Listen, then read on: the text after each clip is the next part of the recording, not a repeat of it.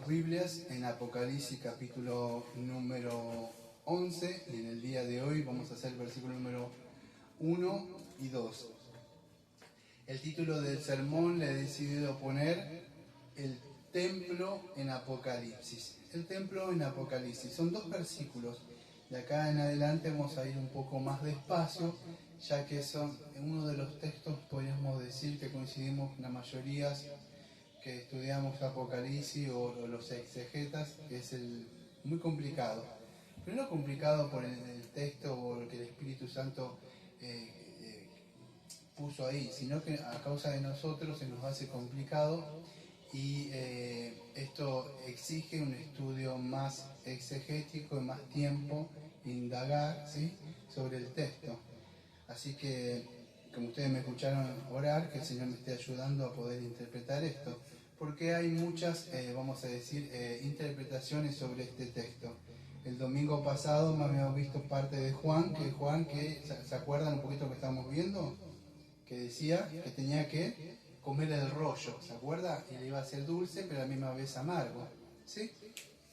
Vamos a ver un poquitito, no solo esa amargura, ese dolor de querer llevar el mensaje y que la gente no crea, sino que parte de la amargura que vamos a ver, la vamos a ver de ahora, del capítulo 11 en adelante, cómo se manifiesta la amargura físicamente, no solamente espiritualmente, ¿sí? ¿Y cómo es esto? Bueno, vamos a ver de acá en adelante primero el templo y después vamos a ver ciertos testigos que representan también a la iglesia, cómo esa amargura en el sentido del desprecio, el hablar de lo verdadero cristiano, si se manifiesta en nuestras vidas esa amargura. De alguna forma lo que vamos a ver acá adelante, capítulo 11, es como el ministerio y la vida de Jesucristo, pero también así como Jesucristo padeció y sufrió, también en el templo, nosotros también, en este mundo.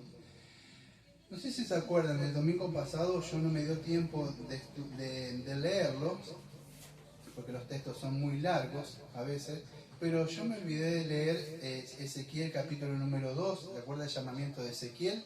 Bueno, donde el Señor le dice que el Señor lo había enviado a esta nación de Israel, que eran gente rebelde, que se rebelaron contra mí, dice, y sus padres se han rebelado contra mí hasta este día.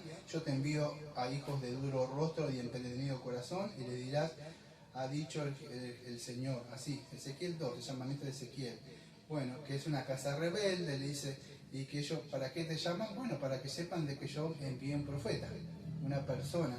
Ahora dice que no tengas miedo, yo estoy parafraseando, delante de ellos tú tienes que hablar, porque ellos por más que hables son una casa rebelde y quizás muchos no van a creer, creo que es lo que le dice, ¿sí? Dice, no tengas miedo de su palabra ni temas delante de ellos porque son casa rebelde.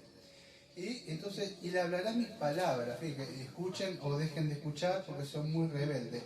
Más, dice, tu hijo de hombre, oye lo que yo te hablo y no seas rebelde como la casa rebelde. Mira aquí, escuche, de acá viene el texto. Y miré aquí una mano se extendía hacia mí y en ella había un rollo del libro y lo extendió hacia mí. Y así, escuche, en el versículo número 3 de Ezequiel, le dice más me dijo, hijo de hombre, come lo que haya, y cómo es este rollo, ve y habla a la casa de Israel y abrí mi boca. No sé si se acuerdan, esa parte yo no la hablé el domingo pasado, ¿sí? Me quedo ahí. Y bueno, parte de eso, o sea, también está unido con lo que tenemos que hablar. El domingo pasado que me tenía que hablar de qué, de que Juan había comido este arroyo, ¿sí? Y ahora nos tocaría hablar un poco de esto amargo, sí, que vamos a tener que padecer. Yo sé que están mirando ahí que es el templo y eso, ahora vamos a ver un poco sobre eso, pero quiero que entiendan un poco, no se pierdan, porque más allá de todas estas cosas hay el mensaje de lo que tenemos que hablar, ¿sí? Entonces, dicho esto del domingo pasado, ahora a Juan se le manda, ¿por qué digo esto de Ezequiel yo? Capítulo 2 y versículo 3, porque a Ezequiel que se le mandó a comer un rollo, capítulo 2, pero con el propósito de qué, dirá, pero no saber Biblia, sino que conoce la Biblia porque tiene que predicarle y a la que le vas a predicar saben la Biblia, pero son rebeldes. Ahora, ¿quién es el profeta que se le mandó a comer? Bueno, Ezequiel. En la policía, ¿qué se le mandó a comer? A Juan. Bueno, lo mismo, por eso estoy uniendo. Pero en el capítulo 40 de Ezequiel al capítulo 48 de Ezequiel es lo mismo al que se le mandó a comer el rollo y a predicar, como a Juan, a comer el rollo y predicar. En el capítulo 40 y hasta el 48, que es Ezequiel, se le manda a medir, se le aparece un ángel, creo, para que le dé una vara para medir. Bueno, a Juan también acá se le manda a ¿qué? A medir. Yo quiero que vean la relación que hay entre el Antiguo Testamento y el Nuevo Testamento, ¿sí? Porque, y aún así quiero que entiendan esto, amado, el templo que se le manda a medir a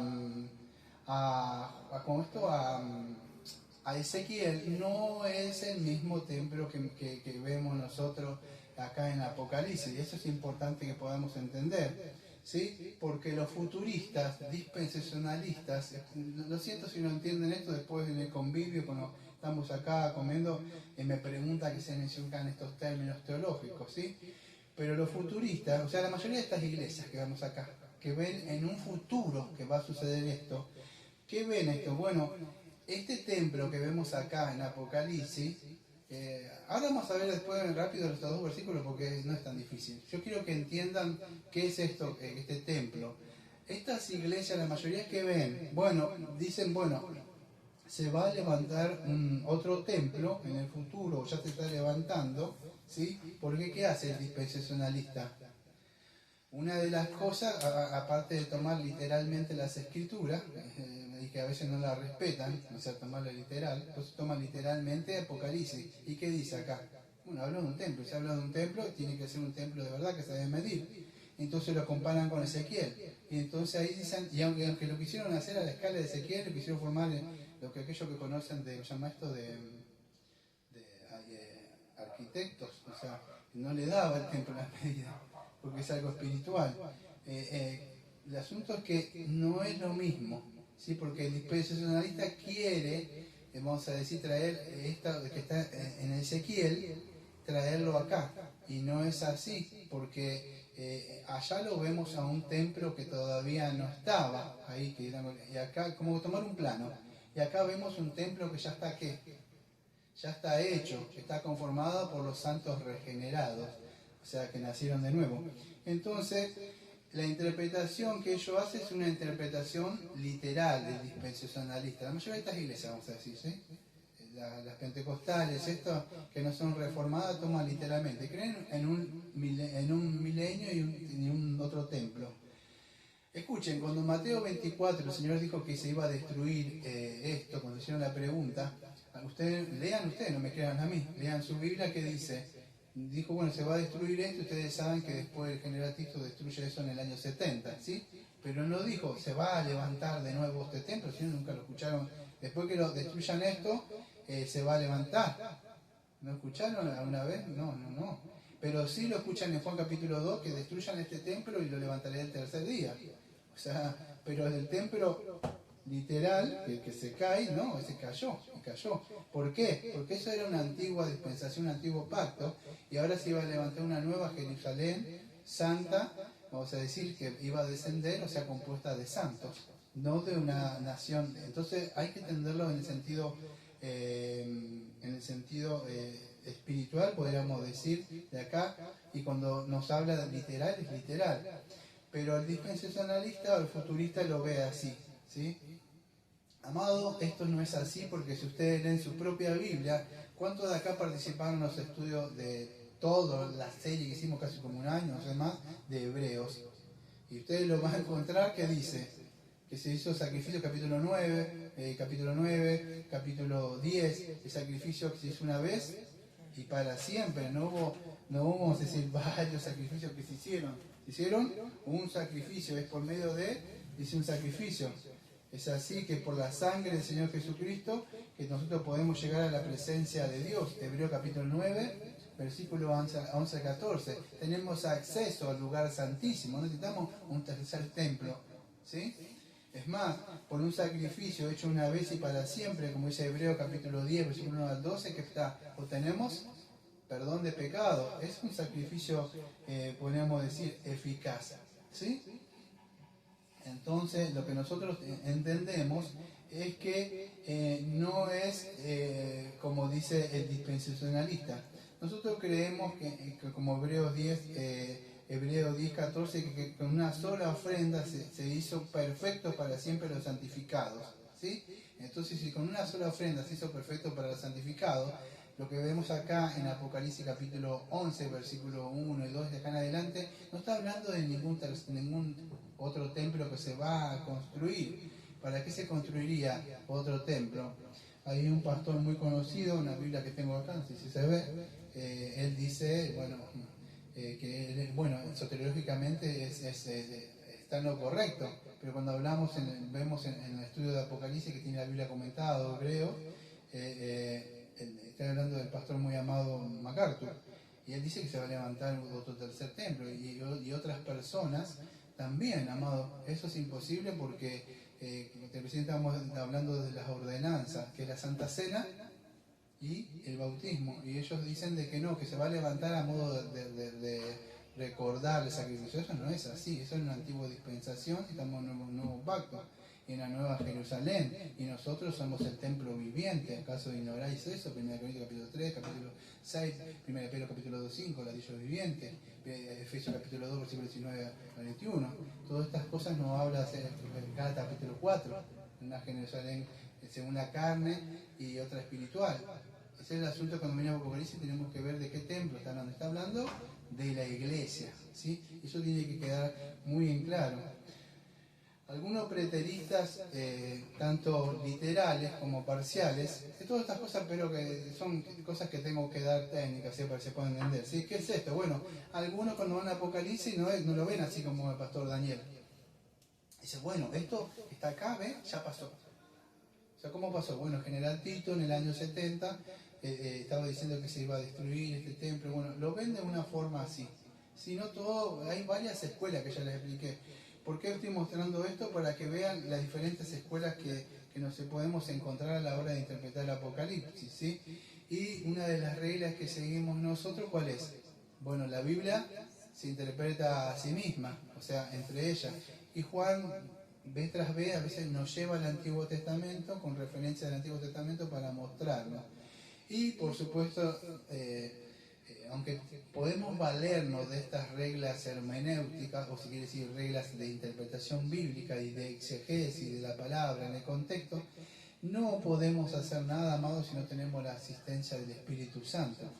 Fue Él quien escribió esto, y necesitamos que Él nos asista acá para poder entender las Escrituras, ¿sí? Así que nosotros creemos entonces que lo más consistente acá es interpretarlo de una forma simbólica, ¿sí?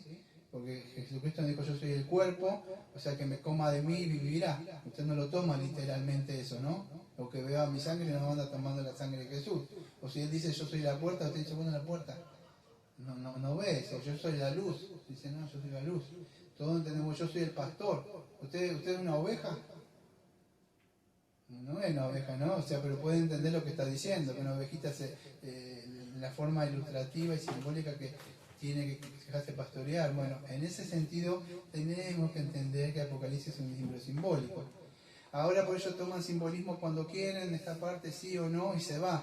Entonces eso no puede así hacer con nosotros ser así. Creemos que entonces, que esto que está, escuchen, lo voy a decir, voy a ir y venir de acá porque no me da tiempo, o sea, sí, pero quiero que entiendan esto. Yo creo que acá está hablando en el sentido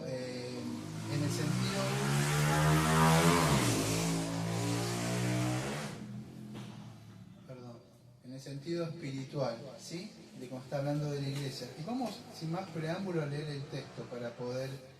Dice así: entonces me fue dada una caña semejante a una vara de medir, y se me dijo, levántate y mide el templo en él. Pero el patio que está fuera del templo, déjalo aparte y no lo midas, porque ha sido entregado a los gentiles y ellos hollarán la ciudad santa 42 meses. Hasta ahí nada más vamos a leer. Mire, voy a ir al grano, como se dice acá en la Argentina, no sé cómo le dirán a otro lado. Vamos a ir al grano de entrada. Yo creo que es este templo que dice, entonces me fue a dar una caña semejante a una vara de medir, y se me dijo, levántate y mide el templo. Algunas personas, algunos comentaristas creen que de alguna forma está hablando, vamos a decir, de medir. Incluso algunos reformados escuché que dicen, igual veo de acá el cronómetro de allá, con estos anteojos de allá. Dicen de que la forma de medir la palabra de Dios, hablando de reformado, que dice que es la palabra de Dios con la cual debemos medir, aunque puede ser una prédica temática, no es exegética, ¿sí? Otro, el dispensacionalista que está muy agarrado, dice, bueno, esta hay que medir porque vamos a medir el templo de acá para allá, y cuando usted compra algo y mide, bueno, entonces esta es la forma que nos está levantando el templo. La palabra medir ahí no tiene ese sentido sino que la palabra medir acá tiene un significado. Veo cuando un dueño o alguien compra un terreno o tiene algo, ¿y qué tiene que hacer? Usted tiene que hacer un trabajo, o medir algo que está trabajando, un cartel, ¿qué hace? Mide, o sea, la proporción, dónde va a poner la casa, cómo va a ser. Bueno, ¿quién puede hacer eso? Bueno, un propietario, o sea, que tiene, en ese sentido, la palabra medir. Y ahora, ¿por qué dirá usted, el pastor Daniel, llegó a esa conclusión? Bueno, se lo voy a demostrar bíblicamente como la Biblia se interpreta a sí mismo, y no yo, sino Dios dice por qué lo midió. ¿Sí? Ahora en un rato vamos a ver, porque esta medición no es medición para construir un tercero, cuarto, quinto templo, como dicen por ahí. No está hablando de medir sino que medir cómo se dividen los vecinos, se llama separación. Los linderos, o sea, dice, bueno, hasta acá lo tuyo y hasta acá lo mío. Esa es la palabra medir, ¿sí? Y esto tiene un sentido porque vamos a ver dentro de un rato que Dios está diciendo ahora en un rato vamos a ver por un texto de Ezequiel. Esta palabra de medir es separar, vamos a decir, lo santo de lo profano. Dios dice, acá es donde voy a estar, y de acá para allá es profano. Sí, entonces no, esto me pertenece a mí. De acá para allá déjalo porque los he entregado, dice. Eso es la que vemos en Apocalipsis. Esa es la idea que vemos acá. Ahora lo vamos a explicar por la Biblia, pero primero quiero explicarle que por medio de la misma regla de la analogía de sola fide o la fe, la Biblia nos muestra que este templo, escuche, presta atención, no es un templo físico, sino es un templo espiritual. Y acá mismo en Apocalipsis 1.20, yo lo anoté, escucha, Apocalipsis 1.20, ¿se acuerdan cuando estuvimos viendo los primeros capítulos? Dice así: el misterio de las 7 estrellas que has visto en mí, Apocalipsis 1.20, a mi diestra, y de los 7 candeleros de oro. Las 7 estrellas son los ángeles de las 7 iglesias, y los 7 candeleros que has visto son las 7 iglesias. ¿Dónde se andaba paseando él? ¿Esos candeleros dónde estaban? Antiguamente en el templo estaban ahí. ¿Y dónde se pasea él? En el templo, o sea, o en la iglesia, aunque no es nada físico, el Espíritu de Dios, aunque no lo veamos. Y acá no se trata de que lo siento acá haciendo el moverlo del Espíritu y lloran. No, pasa, es como se digo, no sucede así. El Señor anda y no se mueve aunque a veces nos permite como desgustar algo espiritual, si quiere decirlo en sentido, pero no en el sentido que yo tengo que sentir una emoción para llorar. A veces nos permite eso, o nos emocionamos por el sacrificio de Cristo. No se trata del sentido sentimental, como vemos por ahí. Parecía sentía al Señor, pero Él se pasea dentro de él. Y entonces, ¿qué nos muestra esto? Apocalipsis mismo. Que la iglesia es el templo. Fíjese, los candelabros que has visto, bueno, la iglesia, o sea, misma, nos muestra parte de referencia. Ahora vamos a ver también, fíjese que por el Nuevo Testamento, como otros textos, nos va a mostrar que la iglesia significa el templo de Dios. Perdón, estoy muy engripado y me cuesta hablar, amado. Así que por eso estoy hablando un poco más tranquilo Pero cuando Dios vemos que le manda tanto a Ezequiel como a Juan acá a medir, de alguna forma está marcando o limitando lo que a él le pertenece o lo que él tiene en sus manos, ¿sí? O cuando usted va a construir algo, dice, bueno, acá voy a vivir yo, acá voy a morar yo. Bueno, dice, esto es donde yo voy a morar. Pero ya no es ladrillo como antes, porque Dios no habita en templos hechos por manos de hombres. Ahora dice, yo seré el pueblo y habitaré entre ustedes. ¿Sí? Y más allá de no la iglesia que está que nos congregamos, sino que este es el templo viviente. Nosotros somos templos, ladrillos.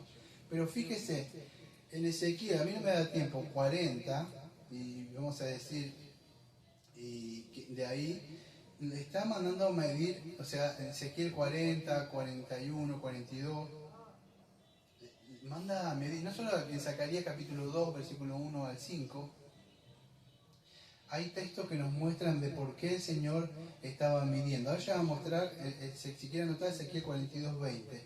Pero en Zacarías capítulo 2, versículo del 1 al 5, dice que, escuche, dice que el versículo 2, Zacarías capítulo 2, versículo 4 y 5, escuche, este templo que iba a ser construido, fíjese cómo dice Zacarías capítulo 2, del 1 al 5, dice que sería sin muros, y será habitada sin muros. O sea, ¿qué significa? Eso Zacarías capítulo 2, 1. Voy a construir una nueva Jerusalén, pero no tendrá muros. ¿Cómo es esto? Y yo habitaré ahí, dice. ¿Cómo es eso?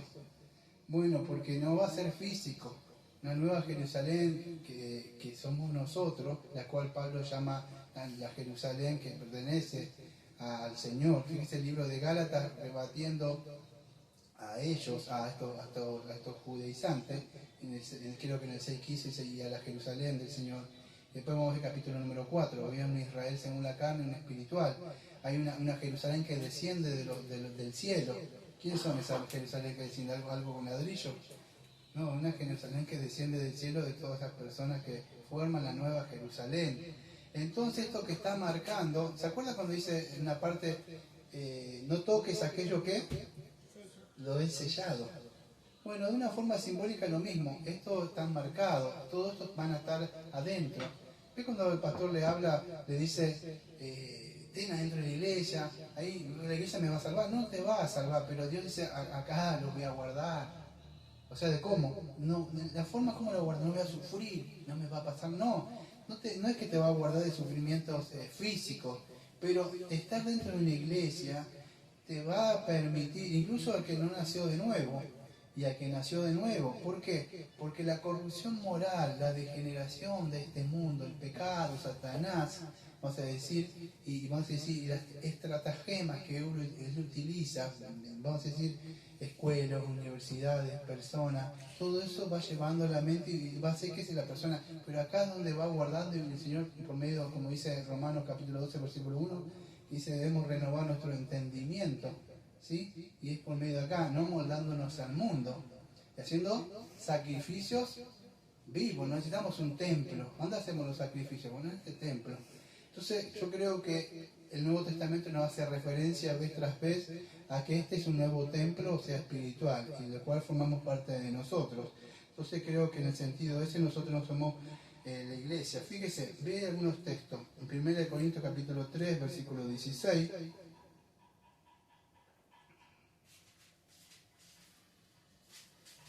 dice así: ¿no sabéis que sois el templo de Dios y que el Espíritu de Dios mora en vosotros? Lo repito de nuevo, ¿no sabéis que sois el templo de Dios y que el Espíritu de Dios mora en vosotros? Si alguno destruyera el templo de Dios, Dios le destruirá a él, porque el templo de Dios, el cual sois vosotros, santo es. Nadie se engañe a sí mismo. Si alguno entre vosotros se cree sabio de este siglo, hágase ignorante para allá, ¿sí? Y creo que hay otro, creo que es en 2 de Corintios, no me lo acuerdo bien, denme un segundo. No sé si en el capítulo 6 o por ahí está. 6:14. Dice el subtítulo: somos templo del Dios viviente. No unáis en yugo desigual con los incrédulos, porque ¿qué compañerismo tiene la justicia con la injusticia? ¿Qué comunión la luz con las tinieblas? ¿Y qué concordia Cristo con Belial? ¿O qué parte del creyente con el incrédulo? ¿Y qué acuerdo hay entre el templo de Dios y los ídolos, porque vosotros sois el templo del Dios viviente, como Dios dijo. Escuchen, habitaré y andaré entre ellos y seré su Dios y ellos serán mi pueblo. Por lo cual salid en medio de ellos y apartaos, dice el Señor, y no toquéis los inmundos, y yo os recibiré y seré para vosotros por padre y vosotros seréis hijos e hijas, dice el Señor Todopoderoso. Entonces esas son las promesas que tenemos, amado. Entonces, ¿qué dice el Señor? Bueno, nosotros somos el templo de Dios viviente. Ahora, escuchen, en Ezequiel, ahora voy a mostrar otros textos más, pero en Ezequiel 42:20 dice así. Lo mandó a Ezequiel a medir y en Ezequiel 42:20 dice el propósito, ¿por qué te mandé a medir? Ezequiel vea que toma unas medidas acá y lo lleva en visiones. Pero en 42:20 dice así. Por los 4 lados lo midió. Tenía un muro, todos alrededor de 500 cañas de largo y 500 de ancho. Y acá viene el propósito. Para dividir entre lo sagrado y lo profano. Es eso, por eso la razón simbólica que creemos, que Dios dice, no hay ninguna comunión entre el mundo y la iglesia. Algunos creen que esta parte, la primera parte que vemos acá, que dice, mide, me dijo que me fue dada una caña semejante a una vara de medir, y me dijo, levántate y mide el templo y el altar y los que moran en él, pero el patio externo. Algunos creen que la parte interna y el patio externo pertenecía a todos. Pero vamos a ver que en este nuevo pacto no aparece así. Solamente los que estaban adentro, ¿quién eran? Sacerdotes, que oficializaban ahí. En el antiguo pacto sí, estaba el pueblo ahí, pero ahora el pueblo en esta nueva dispensación, ¿dónde está? Dice el hebreo. Todos tenemos acceso a ¿dónde? Al Padre, ¿sí? En el sentido eso, yo creo, escuchen, van a encontrar muchas interpretaciones. Yo les invito a ustedes que estén buscando las que crean que es más consistente con las escrituras. Yo me tomé un tiempo para poder indagar esto. Pero yo creo que es así, que cuando el Señor le manda a medir tanto en Ezequiel, busque Ezequiel 40 al 43, pero en Ezequiel 40, el día, 42:20, ahí fíjese que le da el propósito. Bueno, ¿cuál es? Separa, esto me pertenece a mí y esto es santo. Y de acá para allá es impuro o profano. Y no hay nada, no hay unión ahí. En Zacarías 2, versículo 1 y 2 también. Y lo mismo con Juan acá. ¿Cuál es? Bueno, lo que Dios dice es salvaguardar o proteger o apartar lo santo, ¿sí? Es así, lo que es santo sigue siendo santo y lo impuro, impuro. Por más que parezcan que están dentro de la iglesia. Cuando usted veía el atrio externo, estaban ahí, parecía que estaban adentro, pero no estaban fuera. Dice, yo los entregué. Entonces participar en la iglesia, estar ahí, no significa que está ahí. Usted tiene que entrar adentro, en el lugar santo, el lugar santísimo. Y la única forma de entrar ahí por medio de Jesucristo, que tenemos acceso al Padre. ¿Sí? Entonces nosotros tenemos, ¿qué nos muestra el Señor? Bueno, una vez más, simbólicamente, lo que vimos en otras partes, que el Señor dice que los había sellado. Bueno, nos habla de la protección divina que tiene el creyente, que cree que Dios dice, bueno, esto es mío. Todo lo que está acá dentro mío es mío, todo lo que está acá. ¿Sí? Es así. ¿Se acuerda de la parte de Isaías, donde dice que él le había acercado y no sé qué pasó? Y Isaías 5 creo que es. Y después no sé si él se fue, no me acuerdo cómo la muestra Isaías en la forma ilustrativa, y no tenía cercado. ¿Qué pasó? ¿Qué empezaron a hacer los hombres que pasaban por ahí? ¿Pasaron? O sea, fornicar a la señora que estaba ahí, ¿por qué? Porque no había un límite. No había algo que esté protegiéndola. El Señor dice, yo soy el marido de esta iglesia. Y yo la guardo, yo la protejo y la he cercado acá. Entonces lo que nos muestra simbólicamente, espiritualmente, es que yo he protegido, tengo limitado estas partes. Eso es lo que, o como son sellados, si quiere decir ahí. Pero escuchen, no significa que nosotros no vamos a padecer sufrimiento, todo lo contrario. Vamos a ser pisoteados, hollados por el mundo, pero por agravios, cosas que nos dicen. pero no hay comunión, amado, entre el pueblo de Dios y Baal y no sé, los filisteos. No hay ninguna comunión. No puede, hay una separación. El que siempre lo dice, no, el pastor dice esto. No, es que la Biblia lo dice, amado, hay una separación.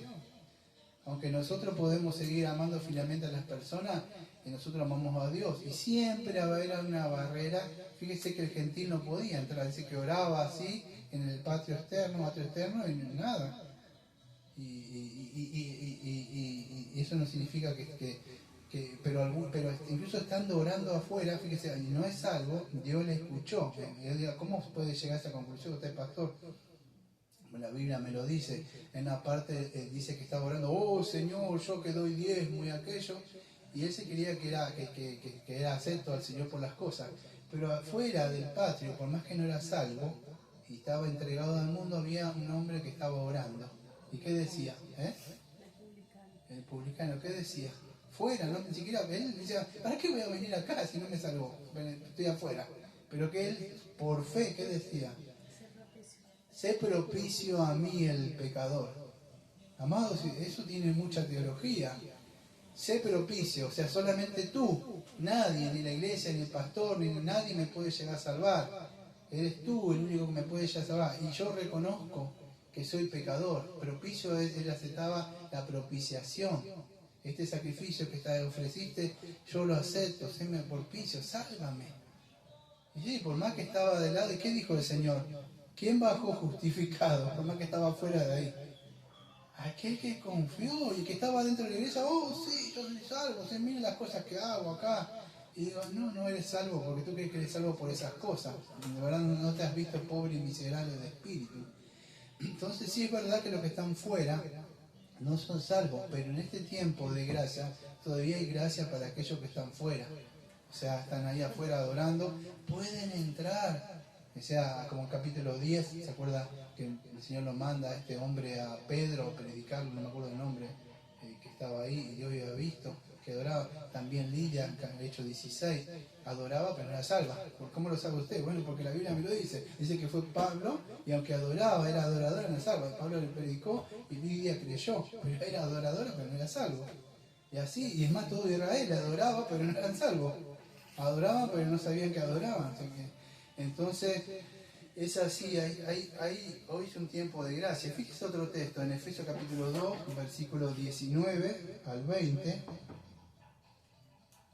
Efesios capítulo 2, versículos 19 al 20, dice así.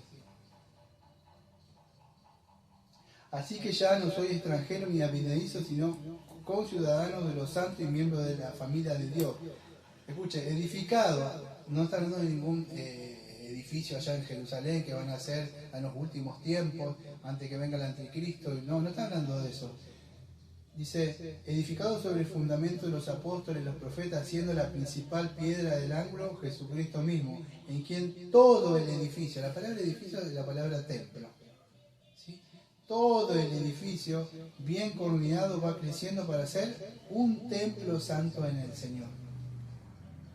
En quien vosotros también son justamente edificados para morada de Dios en el Espíritu. ¿Pueden entender? Entonces cuando vemos acá en Apocalipsis, en sentido simbólico, Dios dice, ustedes, aunque nosotros no nos veamos, ustedes son los ladrillos que yo he decidido poner. ¿Para qué? Para que more, fíjese, para morada de Dios en el Espíritu, en una emoción del canto y danza, alegro pronto y salto y sentía al Señor.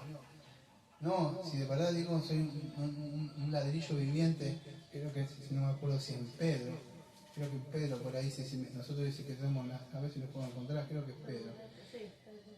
2.9, más vosotros sois linaje escogidos, real sacerdocio, nación santa y pueblo adquirido por Dios. Escuchen, pero ¿para qué es? Esa preposición siempre es importante.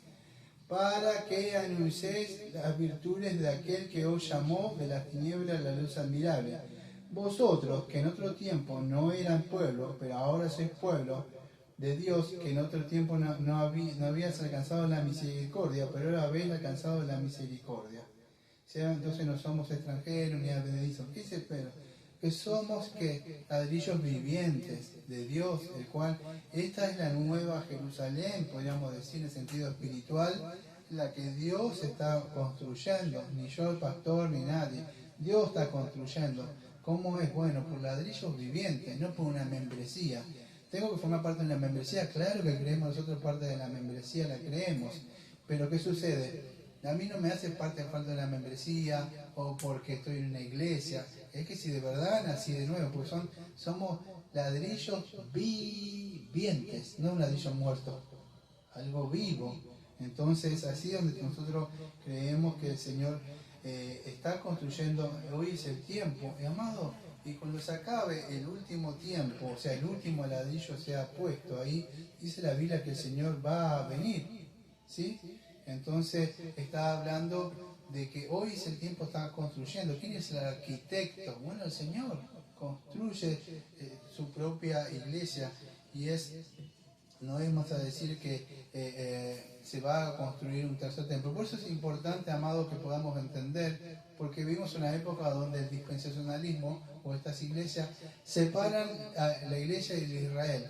Y no, amado, no podemos tener vista en algo donde el Señor dijo que eso iba a caer, iba a ser quitado el reino de ellos y entregado a aquellos que le adoraran en espíritu y en verdad, porque esos son los adoradores que Él busca, que le adoren, ¿sí? Es más, dijo, ya no se adorará ni acá, en Jerusalén, sino ¿dónde? Bueno, aquellos que le adoren en espíritu y en verdad. Bueno, un segundito porque voy sacando algunas cosas para que ir reduciendo. Dice así, entonces vamos a leer una vez más. Entonces se me fue dada una caña semejante a una vara de medir, se me dijo, levántate y mide el templo de Dios. Entonces ya vimos que significa medir, ¿no? O sea, Dios dice, esta parte me pertenece a mí, está acá, y todo lo que está acá adentro es mío. ¿Y quiénes son los que están adentro ahí? Bueno, somos nosotros, ¿sí? Eso se pudo entender. Y mide el templo de Dios y el altar, y los que adoran en él. Bueno, esa palabra de altar, amado, es importante que podamos entender, porque también, no solo el templo, dijo, mide el altar. ¿Qué es esa palabra? La palabra en el griego, la palabra altar, es tisianterio, ¿sí? Esa palabra, amado, es importante que podamos entender, porque tisianterio significa el lugar de sacrificio. Eso. Y esto es importante, porque mandó medir esto. Y en Romanos capítulo 12, presta atención, versículo 1, y esto está muy unido, escuche, porque nosotros dijimos que es 1 Corintios capítulo 3, 1 capítulo 6, Efesios capítulo 2, versículo 19 al 21, 1 Pedro 2, 5, ¿qué dijimos? Este es el templo de Dios. Pero fíjese, si el altar, o esa palabra tisanterio, es el lugar de sacrificio, presta atención a lo que dice Romanos capítulo 12, versículo 1. Así que, hermanos, os ruego por las misericordias de Dios que presentéis vuestros cuerpos en sacrificio, dice, vivo, dice, santo, agradable a Dios, que es vuestro culto racional. Versículo 2, porque lo anoté, por eso. No os conforméis a este siglo, sino transformados por medio de la renovación de vuestro entendimiento, para que comprobéis cuál sea la buena voluntad de Dios, agradable y perfecta. La palabra entonces es tisianterio, lugar de sacrificio. Lo mismo tiene una implicación. Este es un lugar de sacrificio. Este es un templo. ¿Y cómo así? ¿Qué tenemos que matar? La carne. ¿Para ser salvos? No. Pero todavía quedan pecados. Entonces, en este templo y en este tisanterio o altar que tenemos acá, es donde Dios dice, mata. ¿Qué cosa? Dame a tu hijo Isaac. Con eso no te metas. Dame esos sentimientos que tenés ahí dentro del templo porque son impuros. Esto me pertenece, no, esta parte no, y aquello. Bueno, Dios va limpiando ninguna cosa impura. Cuando decimos cosa impura, esto no lo leí en ningún lado. Sí, nos referimos en el cielo. No sé si me siguen, porque esto no estoy leyendo en ningún lado. Acá es el templo. Y desde ya, todos los sentimientos y la voluntad que no esté ligada al Señor debemos matarla, ¿no? Ya empieza acá. Porque el cielo, cuando vaya al cielo, cuando vaya, bueno, pero dijo que ahora estamos orando, ahora nosotros, bueno, todo, ninguna cosa impura entrará la presencia. Fíjese la gravedad. Uno dice, no, acepta a Jesús. Bueno, ya debemos empezar el sacrificio, amado, de tomar conciencia. ¿Podemos lograrlo? Miren, ninguno de nosotros creo que va a lograr esto, pero no podemos quedar que el Señor me salvó y no tengo nada que hacer. Y me lleno la cabeza de teología, que es importante la teología, pero la tengo que llevar a la práctica. Miren, si usted le dice a alguien, estudio medicina. Sí, me leo toda la medicina. No, mira, la célula está dividida así, vos no sabés, fíjate, la palabra según la física, y bueno, la voy a echar a la práctica. ¿Cómo que no? No, yo la sé del libro. O de mecánica. Bueno, el motor tiene el pistón esto y aquello, la explosión se hace cuando explota, pero son 2 tiempos, 4 tiempos. Bueno, y la práctica, a mí me pasó a estudiar cosas teóricas, después llevar a la práctica y me quedaba. No sucede acá. Acá nosotros aprendemos teología ortodoxa, aprendemos a llevar a la práctica. Y esto es la práctica cuando hacemos sacrificios acá en el cuerpo. ¿Se puede llegar a entender? Entonces el altar se refiere acá, que Dios, fíjese lo que dice, al altar y los que adoran en él. El altar se refiere entonces al mismo pueblo y la misma implicación que dice ahí, y los que adoran en él. ¿Cuál es la forma de adorar? Bueno, de adorar es en toda... La palabra adorar lamentablemente se malentiende en las iglesias. ¿Qué es lo que le viene a usted cuando ve estas iglesias a adorar? Eso, ¿sí? Eso. Canto, levanto las manos, siento al Señor. Eso es adorar, amado. No. Eso puede ser alabar al Señor, alabamos, le damos gracias, cantamos. Adorar, fíjese, porque vengan a adorarle, o sea, hacer los sacrificios que el Señor manda. Que es así, hacer este sacrificio y todo lo que Él manda. Es la forma que le adoramos al Señor, lo que Él quiere. ¿De qué le sirve que una persona diga, no, tenemos mucha esposa o esposo? Sí, bueno, no, al continente, lavate. Y ahora el esposo dice, yo tengo mucho, me voy por ahí, con alguna señorita. No, mamás. O sea, porque mira que la persona dice que la adora y tiene sentimientos. Y yo no entiendo, perdón que me desvíe, ¿no? Hay hombres y mujeres que dicen que aman a una persona y si de verdad yo no puedo entender. Y se van por ahí, o tanto hombres como mujeres, y la mujer dice, no, sí que me ama. No, eso no es amor, amado, no es amor. Haga usted eso con Cristo, a ver qué le dice Cristo. No, dice, no me estás amando, de verdad, mamá. Es más, te voy a decir, eres adúltera, no. Entonces no es. La gente dice, yo te amo, tirale un besito a Jesús. Siento la presencia. No es así. Vas a servir, como dice 1 Corintios capítulo, creo que 5:15, de ahora en adelante, no viviendo para nosotros. O como dice Gálatas 2:20, ya no vivo yo, sino Cristo vive en mí. Y esto solamente, amado, y lamentablemente cuando vemos esto piensan en una Jerusalén terrenal, que está allá, que se va a construir. Y no es eso. Hermenéuticamente creo que Pablo, en el capítulo 4, si no me equivoco, a ver, deme un segundo, sí. Presta atención la alegoría de cómo Pablo interpreta, y no lo hace el pastor Daniel, ¿no? Esto la Biblia se interpreta a sí misma. Capítulo 4 de Gálatas.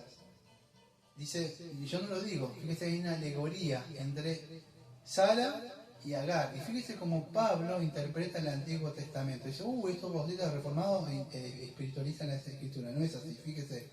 Decime lo que estáis bajo la ley. ¿No habéis oído la ley? Porque Cristo está que Abraham tuvo 2 hijos. Una de la esclava y la otra de la libre. Pero de la esclava nació según la carne, más el de la libre por la promesa, lo cual es una alegoría, pues estas mujeres son 2 pactos.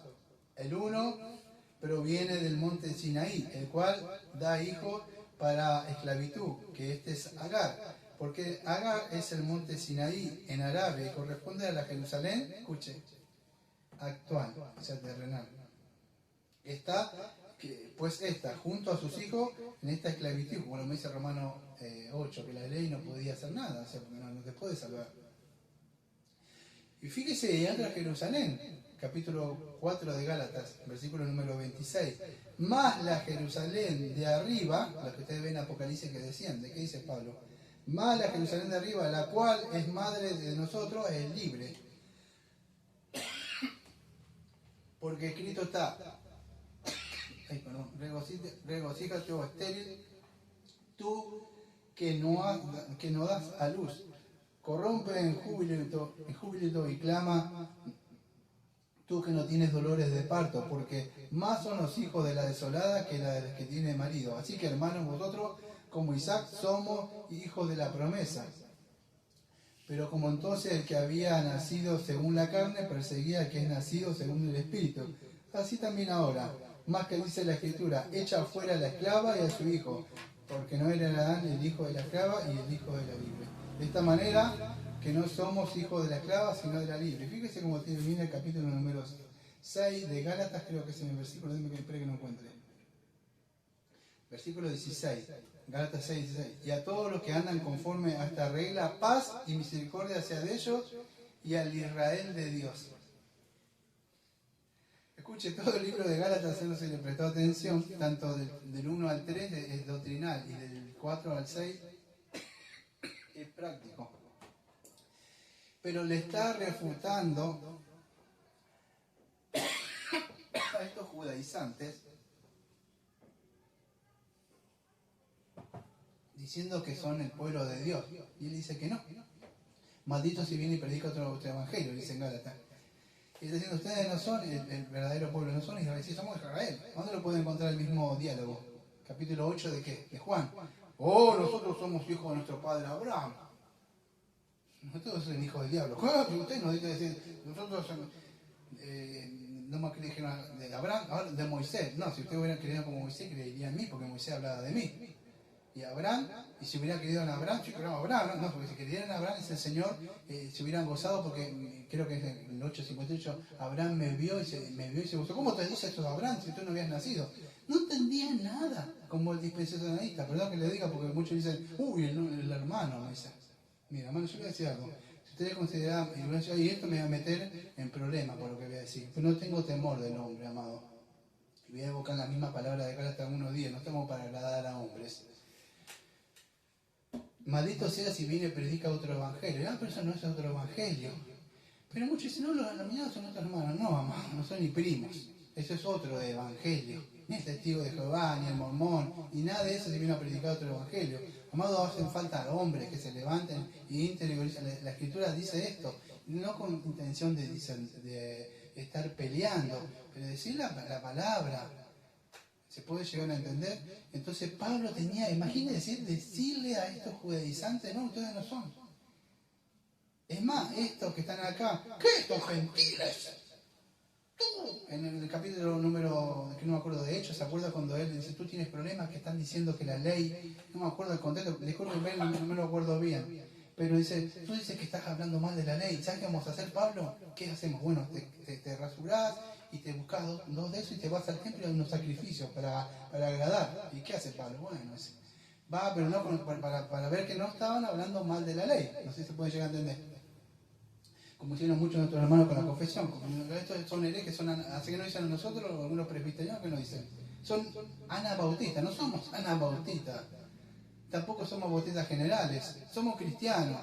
¿Cuál es nuestra denominación? Bueno, bautistas reformados. ¿Se puede entender? Bueno, a Pablo le decían lo mismo. No, que este no está en contra de la ley. No, bueno, yo voy a decir que no estoy en contra de la ley o de la Biblia. Yo creo esto. Por eso todos los estudios que hago los domingos, ¿qué hago? Esto creemos. ¿Por qué? Para que vea que las personas en un estudio chico puedan ver lo que creemos. Pablo se fue y hizo esto. ¿Y qué pasó? ¿Lo aceptaron con agrado? Bueno, los hermanos, venid, juntase.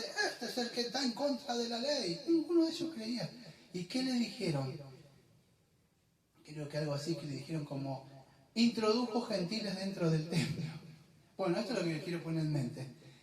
Un gentil no podía entrar. Más allá de lo que le pasó a Pablo, eso. La idea, todo lo que les conté para que vea esto. No podía entrar un gentil. En la época de Nerón, que lo construyó, tenía peligro de muerte. Es más, la mujer tenía otro atrio.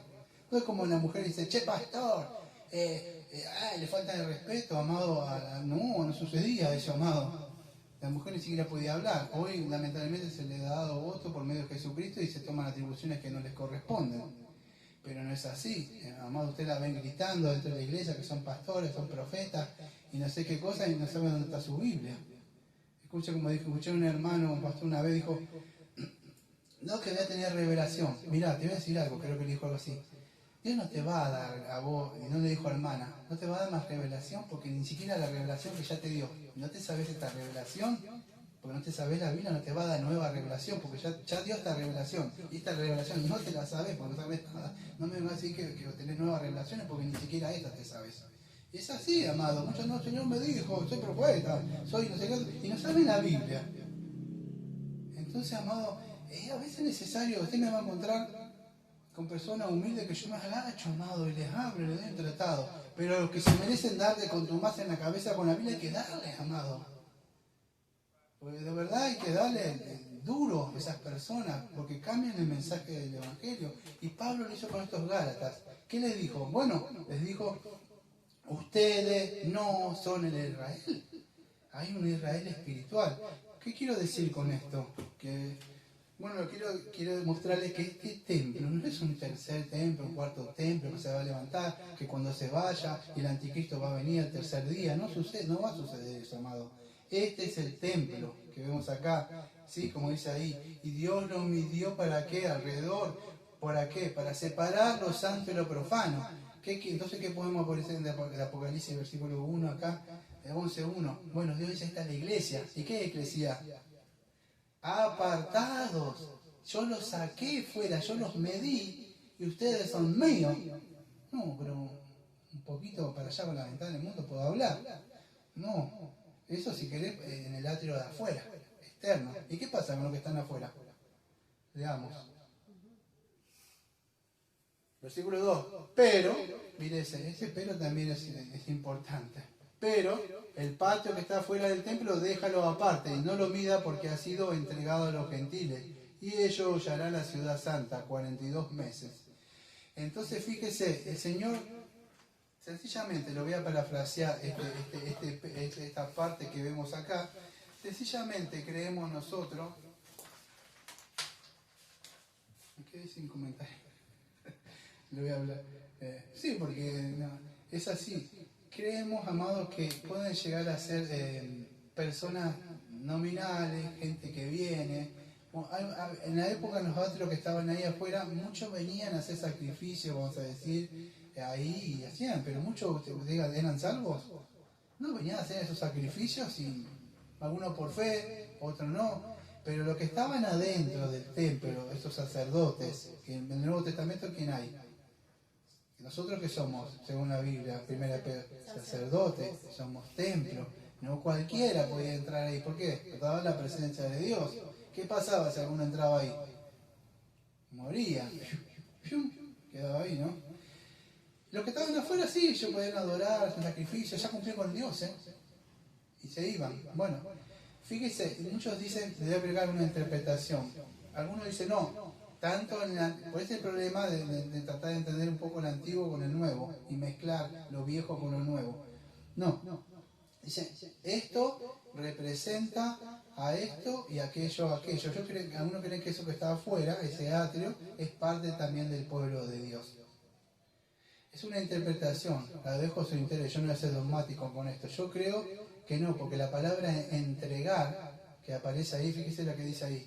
Déjalo aparte y no lo midas porque ha sido entregada a los gentiles. Esa palabra entregada, fíjense cuando tuve un problema, no me acuerdo si uno entregada o echada afuera, creo que la otra parte también en el griego, o dejada, ¿sí?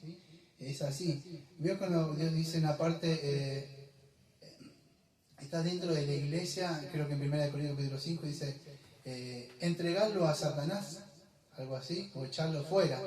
Bueno, ¿por qué? Porque no pertenece a la iglesia. Esa es la palabra para mí entregada. En otra parte también dice, los entregó a sus propios deseos. Creo que... No, sí, eso en Éxodo que los entregó porque vagaban. Y en Romanos también, como decís vos, uno creo que... No sé si 22, 24 y 26, 3 veces aparece. Y por no haber adorado a Dios, Dios los entregó, y Dios los entregó, y Dios los entregó. Entonces la palabra entregado siempre tiene una connotación que... Lo dejó fuera. Ellos dicen, sí, venimos, adoramos. Para que puedan entender, no están guardados bajo el poder de Dios, pueden participar de los cultos y estar, pero no están guardados, o sea, protegidos, si fueron entregados. Por eso, pero porque Dios dice que es malo, no, amado, no es así. La puerta está abierta, no es como antes. ¿Cómo puedo entrar al lugar santísimo? Bueno, que Hebreo, ¿qué me dice? ¿Cómo puedo entrar por medio de una conciencia pura? ¿Cómo tengo acceso? ¿Tengo que hacer algo, alguna obra? ¿Portarme bien? No, dice que la forma es que yo me debo arrepentir de mis pecados con un corazón contrito y humillado y creer en el sacrificio de Jesucristo. ¿Sí? Apartarse, que se aparte el impío de su pecado. Entonces, es así de sencillo el mensaje para poder tener, pero las personas no quieren hacer el sacrificio en el acto externo, como hacían ahí en el acto externo, y si ya está, el sacrificio, sí, mataban y cada uno volvía a su casa. Y ya está, participé de la misa, participé de la prédica reformada, y pues después vuelvo. No, los que estaban adentro oficializaban, adentro, trabajaban dentro de la iglesia, pues de continuo, ¿sí? Es así. Entonces creemos que estos que están afuera fueron entregados, o sea, ahí, y aunque participan, porque ellos están ahí de alguna forma adorando, ustedes los ven, adorando externamente, pero dice el Señor por Isaías y también por el Señor Jesucristo, dice, este pueblo me alaba, de labio me alaba, pero su corazón está lejos de mí. Puede ser que estén en el atrio ahí afuera y tengan intención. Y puede ser que en el atrio externo también haya como personas que están buscando, porque Lidia y el otro, no me acuerdo cómo se llamaba, que estaba ahí afuera, venía a hacer adoración. Es más, el mismo Nicodemo hacía sacrificio y no era salvo. Hay personas que les pueden estar buscando, pero todavía no entraron. ¿Sí? Esos fueron entregados. Entonces creemos que es así. Déjalo, dice aparte, no lo midas, porque ha sido entregado a los gentiles. ¿Qué es esto entregado a los gentiles, amado? Acuérdense que vimos las 7 iglesias, ustedes la vieron, como decía creo que mi mamá usaba una palabra que decía pipí cucú. Ustedes la vieron muy bien, 10 a esas iglesias, de 7, ¿cuántos había que el Señor alababa? 2, ¿se acuerdan? Y las demás que habían, estaba la señora mala, la Jezabel, el espíritu de Jezabel, la señora mala, que fornicaba, le dio tiempo a arrepentirse, estaban los nicolaitas, los balanistas, los dineros, o sea, iglesias. Bueno, creemos que estas iglesias están en el patio externo, no forman la verdadera Israel espiritual, pero sí deben ser iglesias, por ahora, pero no son iglesias, dice, nos entregué. Mientras no se arrepientan, no forman parte de la nueva. Eso se puede entender. En el Antiguo Testamento, nosotros somos acá, esto es otra cosa del Antiguo Testamento. En el Nuevo Pacto es así. Ya no se hace más sacrificio, no se hace esto y aquello. Es por medio de Jesucristo. Bueno, así creemos que muchas de estas iglesias, como vemos las 7 iglesias que pertenecían ahí, y escuchen, y estas iglesias han introducido el mundo dentro de los cultos. Por eso el Señor dice, yo separé lo santo, Ezequiel 42:20, de lo profano, para eso me di. Y de acá para allá, hice la tarea del pastor, no vas a permitir. ¿Se acuerdan de Ezequiel? ¿Cuál era? ¿Por qué Dios le mandó a medir? Los capítulos anteriores de Ezequiel, ¿qué pasó? Dijo, ven, mira eso ahí, entonces le hace así, y dice, mira, ¿y qué vio? La corrupción dentro, en esa época, lo que sería de la iglesia. Y él se agarraba a la casa y dice, ¿cómo es esto? Y dice, sí, mira, y dicen que me están adorando, hacen sacrificios. Nosotros no hacemos sacrificios en la iglesia de hoy en mundo. ¿Ah, no? La música rara, las cosas que hacen, todas esas cosas del mundo, amado. No tienen sellito, pero sí tienen arbolito y cosas. No buscan el consejo del Señor, andan con visiones raras que supuestamente no andan en el consejo de Dios buscando la palabra de Él. Son adoradores de espíritu y en verdad. Si no, nosotros le dice, así dice la Escritura, ellos te responden como el pueblo de Dios, Jeremías, no oiremos la palabra del Señor. En serio, compruébele, saquen una Biblia, va a ser como le quiere contradecir la misma palabra del Señor. Entonces, pero dicen que son de la iglesia. No, amados, son como esas 7 iglesias. Entonces, medir no las podemos, nosotros medir. ¿Cómo sería, pastor? ¿Cómo la mido yo? Bueno, en el sentido de medir, es que yo no la cuento. Yo por lo menos no la cuento y yo me tengo que parar. Que muchos soy juzgados como dicen, no tiene hermano, por lo menos creen en Jesús. No sé en qué Jesús creen, porque no creen en Jesús que le perdonó pecado y vamos a decir, porque siguen formando parte del mundo. Entonces no se las deben medir a eso. Dios hace una diferencia entre, vas a decir, el lugar que le pertenece a Él santo, porque Él se va a estar en el lugar santo, por medio de Jesucristo, y lo que es impuro. Y así lo vamos a ver a lo largo, vamos a decir, de todo Apocalipsis cuando vayamos viendo. Pero es así. Esa parte no le pertenece al Señor. Sí, puede haber personas que están ahí interesadas, pero no están comprometidos con la iglesia, sinceramente, por ahora, ¿sí? Pero no sabemos más adelante. Pero eso es lo que sucede, que Dios dice, yo hago una diferencia entre lo santo y lo profano. Entonces no lo podemos tomar como literalista, que si ustedes ven el capítulo 11 que dice, bueno, que es un tercer templo, o no sé, que se van a construir. Otro dice, bueno, se van a construir. Y fíjese acá lo que dice más adelante, para ir terminando. Un tiempito, por favor, pues se me apagaron los dos cronómetros. 1 hora, ok, gracias.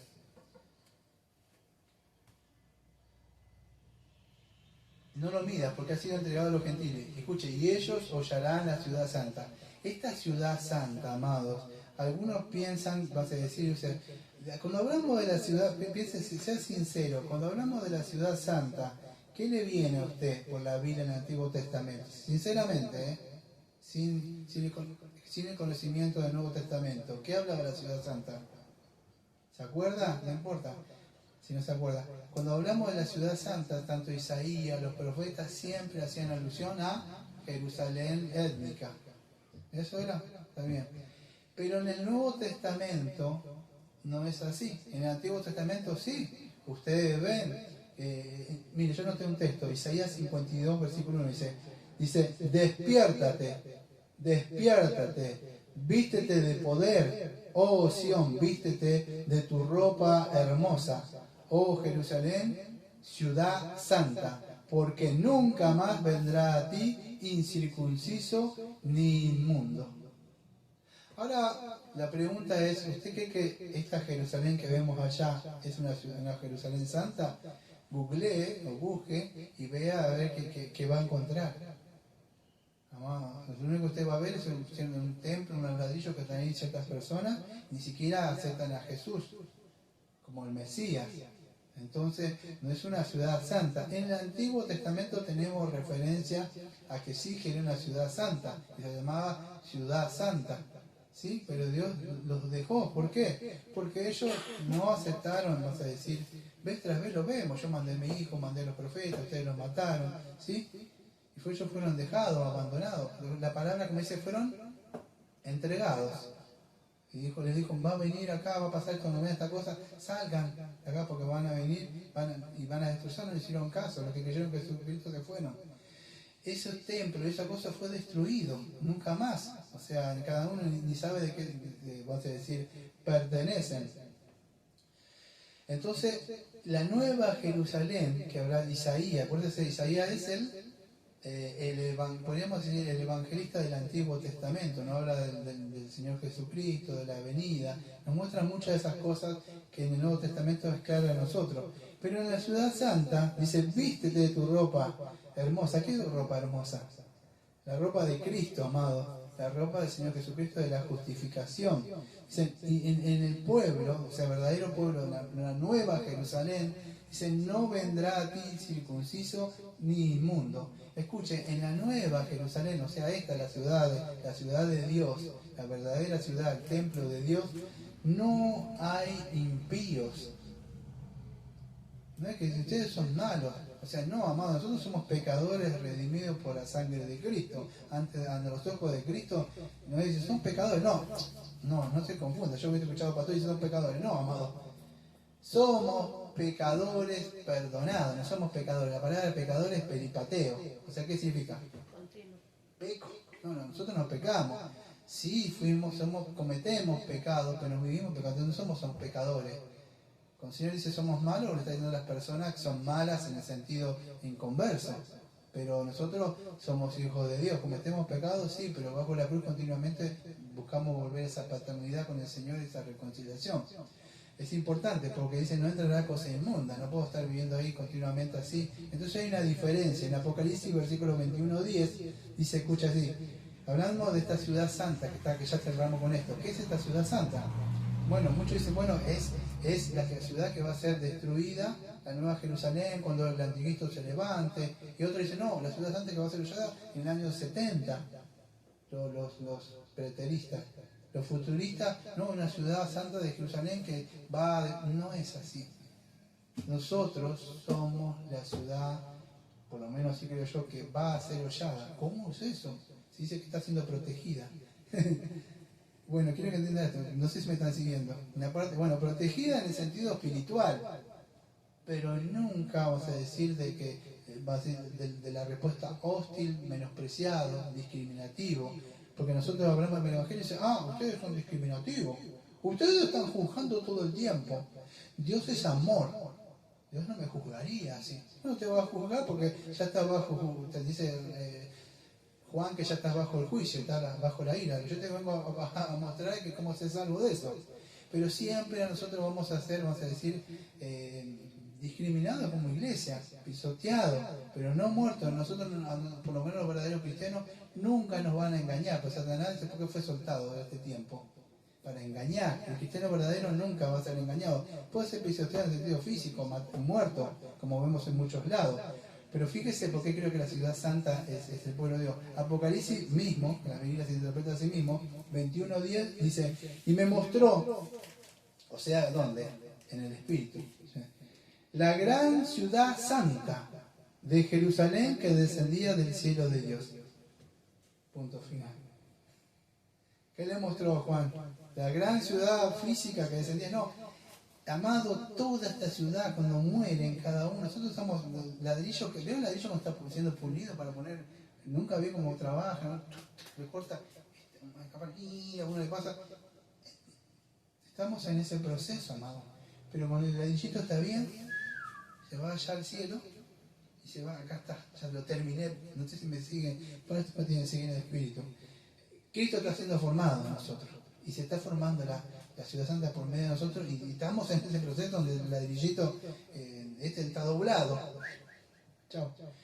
¿Se puede entender? Pero en un momento esta ciudad que somos nosotros va a descender, no va a subir un cuadrado como dicen los especialistas que se va a parar en la nube, no, va a descender.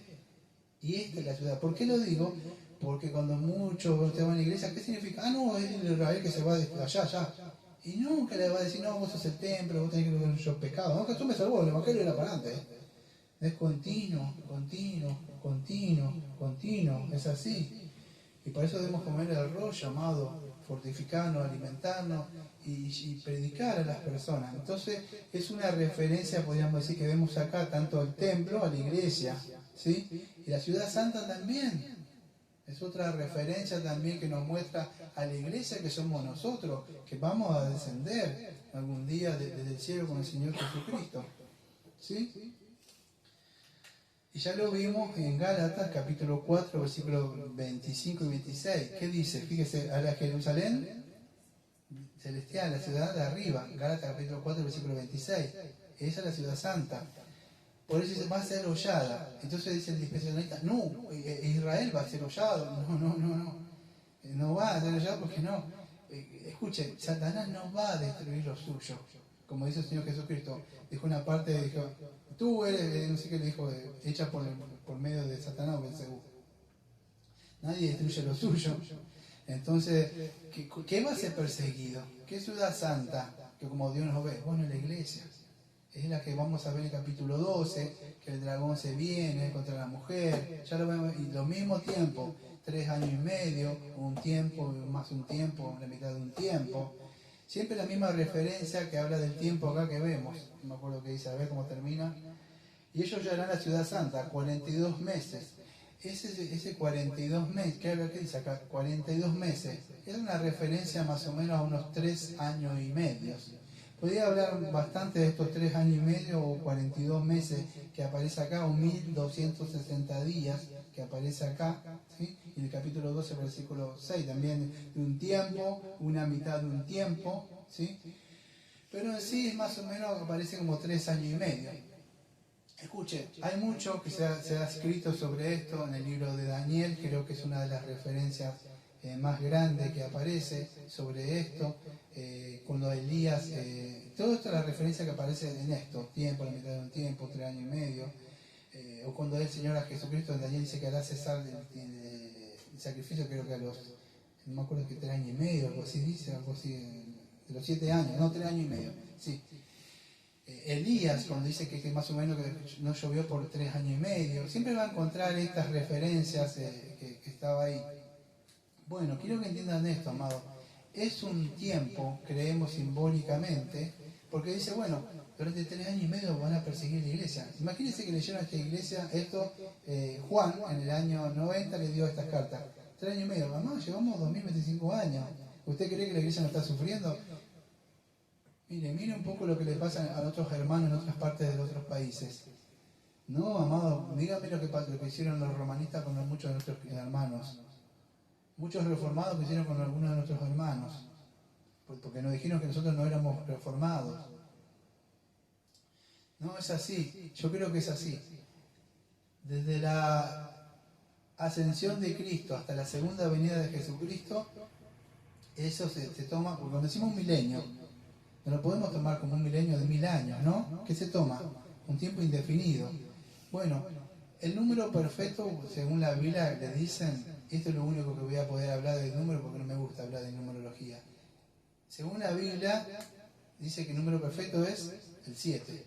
El que descansó, los 7 candelabros, bueno, siempre habla de eso. Pero la mitad es 3 años y medio, es algo como incompleto de lo perfecto. Bueno, nosotros creemos que ese tiempo es un tiempo simbólico, que desde la venida de Jesucristo o ascensión de Cristo hasta la segunda venida es un tiempo donde la iglesia va a ser perseguida, aullada, o sea, pisoteada, si no entiende eso. ¿Por qué? Por el mundo. Pero usted no me dijo acaso que estaban siendo protegidos. Sí, pero en el sentido espiritual. No se va a perder, Satanás no lo va a engañar. Usted porque caiga en un pecado, otro, Dios no le va a permitir que se pierda. Usted va a seguir haciendo sacrificios vivos, espirituales. ¿Dónde? Bueno, en la iglesia, perdón, no salva. Pero Dios tiene un lugar. Perdón.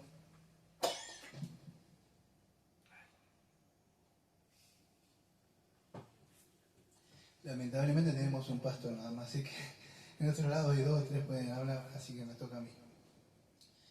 Es así, amados. Creemos que es el tiempo donde nosotros, la iglesia, ¿y cómo podemos saber esto? Bueno, el domingo que viene vamos a hablar de 2 testigos que Dios les dio poder.